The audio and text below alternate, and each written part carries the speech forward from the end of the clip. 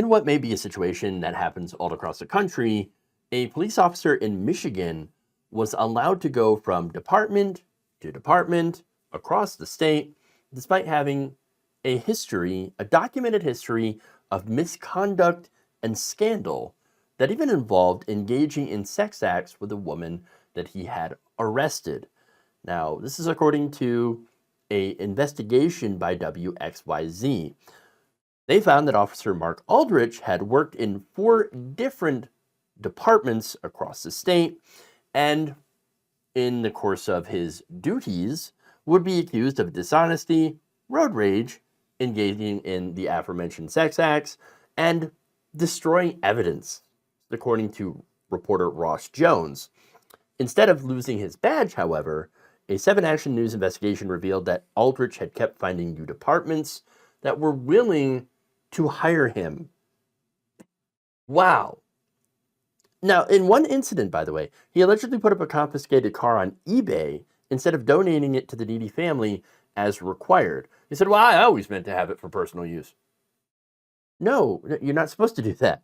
In another, he is accused of brandishing a service weapon at a Kroger parking lot during a dispute over a parking space. Now, again, he had shouted expletives at this woman and said, do you want to see my badge? After, of course, brandishing his gun. Yeah.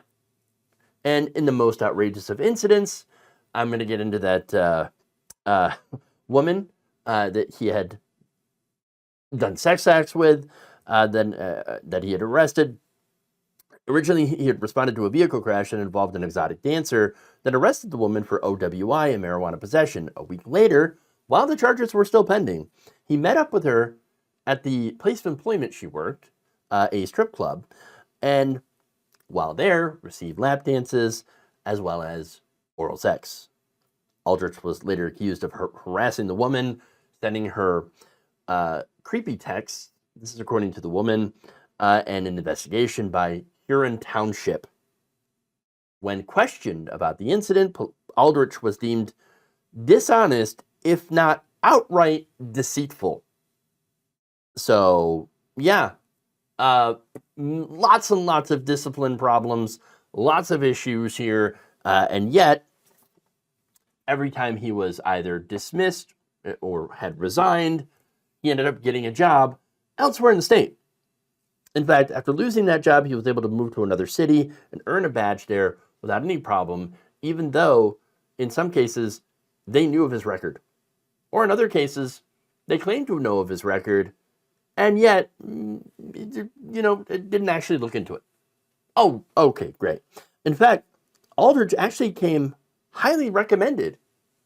When jumping from jobs, he was forced to resign to other departments. He had to resign due to all these issues. But you know what? He comes highly recommended. Insane.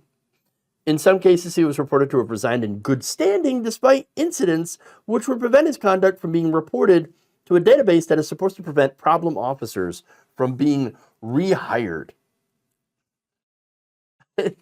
Again, this is, just clearly problematic. More so than problematic. I'm really kind of feeling like I'm underselling this whole thing. Now, let me give you an example. In Carlton, after receiving Aldrich's application, Police Chief Roy Johnson conducted a background investigation that revealed the allegations of Aldrich's sexual relations with an arrestee, the vehicle that was supposed to go to a needy family, and other improprieties. Johnson would later write, quote, I'm taking a huge gamble, and Aldrich better have all these issues behind him. He then hired him in 2017, and what happened? Those issues, obviously not behind him. He went on to continue to do what he had always done. Yeah. While in Carlton, Aldrich was caught speeding and running stop signs, conducting illegal traffic stops, as well as, of course, lying, dishonesty. And also having some pretty nasty road rage, a temper. And in that case, as he was prepared to leave the Carlton department, he then allegedly deleted body cam footage. While he was reviewing, this is the chief of police, was reviewing allegations against him. He came across some body cam footage that was supposed to be there, but wasn't. Deleted. Immediately, he suspected Aldrich. But then, I mean, you would think, of course, that destroying evidence would be enough to cause you to put out a warning. Hey, this guy deleted evidence. He's, gets in trouble at every different place that he goes. Don't hire him. Take his license away. But that's not what happened. Instead of pursuing the issue, the chief dropped it. He would later write in a memo, I decided not to pursue criminal charges for the destruction of evidence due to the fact that he has resigned. Now, wait, hold on. But he resigned just to go work somewhere else. Perhaps if you had pursued the matter, his license would have been taken away and he could never be a cop again. Because someone like this should never be a cop. But no, that same day, Johnson reported to the Michigan Commission on Law Enforcement Standards that Aldrich had resigned in good standing. Good standing. He then, of course, got another job at Lake Orion, thanks to Chief Todd Stanfield, who told once again, the Michigan Commission on Law Enforcement Standards, under the penalty of perjury, that he had reviewed Aldrich's personnel file from the Carleton Police, which would have all of this stuff on there. That turns out to be a lie. Stanfield never reviewed his personnel file from Carleton, and he would later admit, and never reached Chief Roy Johnson by phone, even though he said he did leave several messages. I don't believe that. I think it's BS. Now, funny enough, when a reporter asked Chief Stanfield about the guy that he hired, he responded with, no comment, before ducking behind a locked door. Yes, that's right. No comment. Gotta go. Look, this is how bad cops continue to show up and get hired in different places. Even though this is not the first time this has happened. No, this is, number 469,000, whatever, 422 example of an incident of this happening, of a bad police officer who, gets himself into trouble, leaving and going and getting hired somewhere else. Why does this keep happening? It's because these department heads don't give a damn and will hire just about anybody. Doesn't matter. And not only will they hire them, they'll protect them, pass them around to department from department to department when they get themselves in trouble without reporting it. Just allowing these bad police officers, hey, no longer my problem, you're somewhere else now. You're someone else's problem. And by someone else, I mean the community. You got to think that maybe they, like bad cops like this. Perhaps they do. We don't know.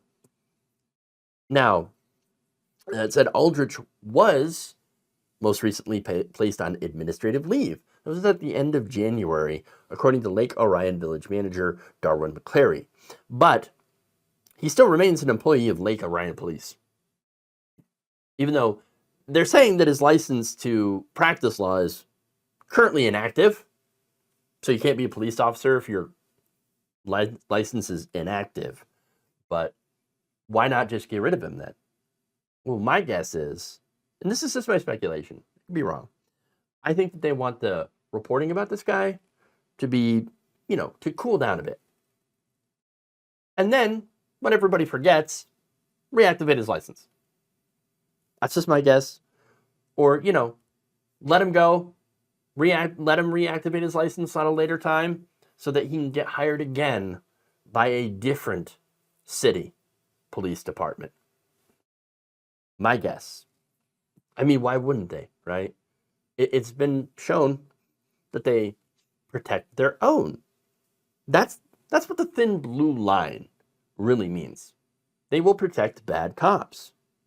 And you know what happens when good cops protect bad cops? You're left with only bad cops.